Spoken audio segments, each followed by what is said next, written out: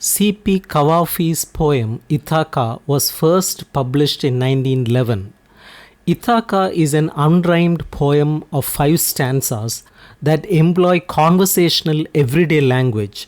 The narrator, probably a man who has traveled a lot, addresses either Odysseus, the hero of Homer's epic poem The Odyssey, or an imaginary modern traveler or reader. The narrator tells the traveler that what is really important is not Ithaka, the island home that was the goal of Odysseus' years of wandering, but the journey itself. It is the journey that must be fully enjoyed at every moment using all the resources of senses and intellect, because the goal itself is likely to be disappointing. Let's see the summary of the poem. The poem begins with the poet addressing the reader directly in the second person as you and offering a piece of advice. The character addressed is not identified. He could not be Odysseus, the hero of Homer's epic poem The Odyssey, but the poet is also addressing any reader of the poem.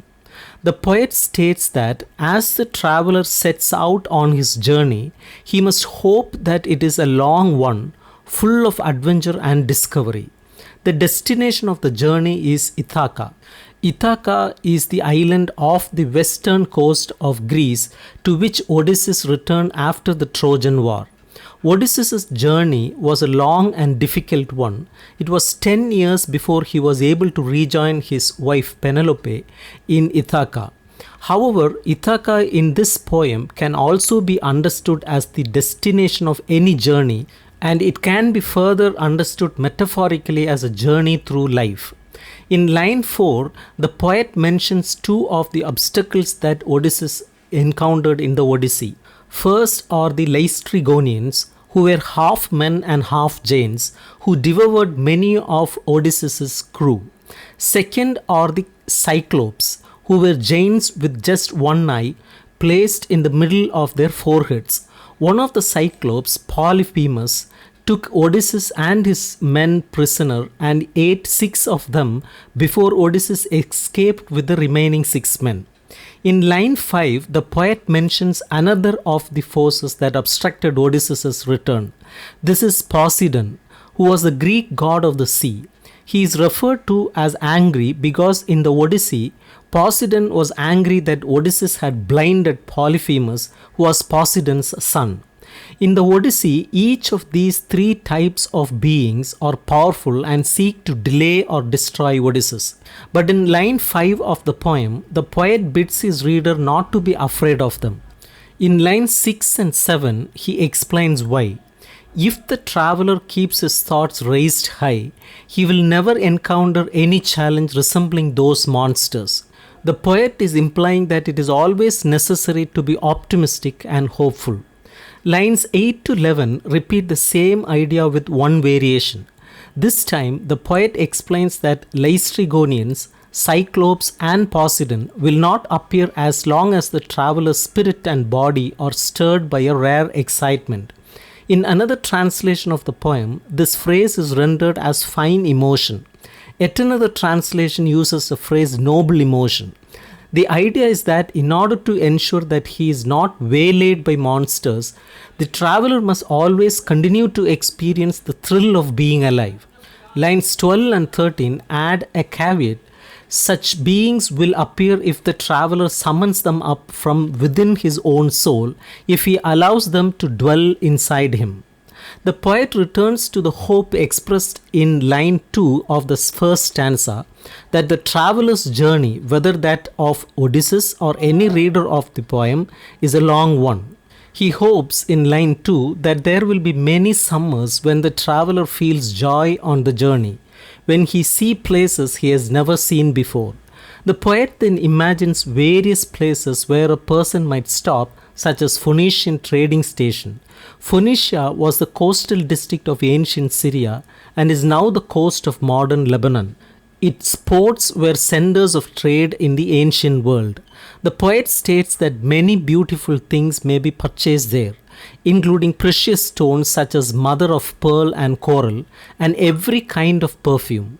The poet also hopes the reader may visit Egyptian cities and learn from the scholars who live there. In the ancient world, Egypt was a center of learning, especially its capital city, Alexandria, which was one of the largest cities in the world and contained the largest library. The first line of the third stanza contains another piece of advice. Odysseus, or any traveler on a journey, must always keep Ithaka in mind because it is his or her final destination. The traveler will certainly arrive there, but says the poet, do not hurry the journey. It is better if the journey lasts for years so that the traveler is old by the time he reaches home and also wealthy from all he has accumulated on his travels. Then he will not expect Ithaka to make him rich. The poet states that it is enough that Ithaka was the reason for making the journey in the first place. Without it, Odysseus or other voyagers would never have started. When Odysseus finally does arrive, the city has lost its charm for him. He finds less pleasure in being there than what he had hoped for and imagined.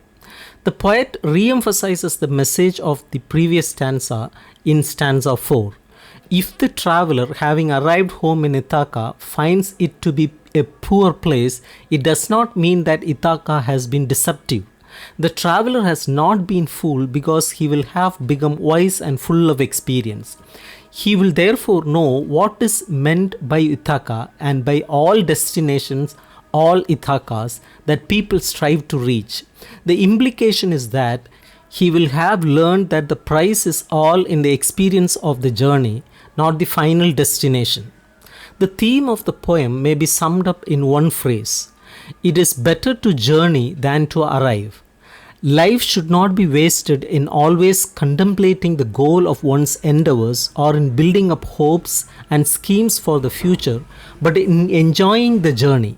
An obsession with the final goal can blind a person to the real business of living, which is to enjoy every minute that is available. There is also the hint that life can be disappointing. The goals people strive for, their Ithakas, may not yield what they hoped for.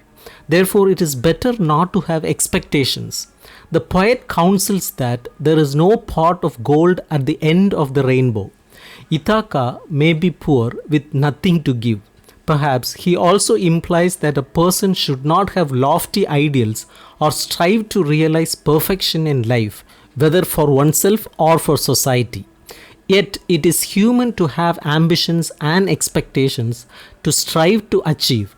As the poet states in stanza 3, without having an Ithaka, a goal in mind, there would be no reason to act at all, no reason to embark on the journey of life. The poet has a recipe for enjoying the journey that involves the cultivation of a certain habit of mind. The whole person, body, mind, spirit, even soul, must be fully engaged in the life it is living.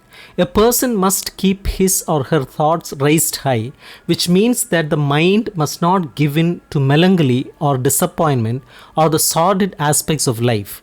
The poet may also have in mind the contemplation of art, which leads the mind to the higher levels of the human spirit rather than allowing it to sink into the depths of which it is capable.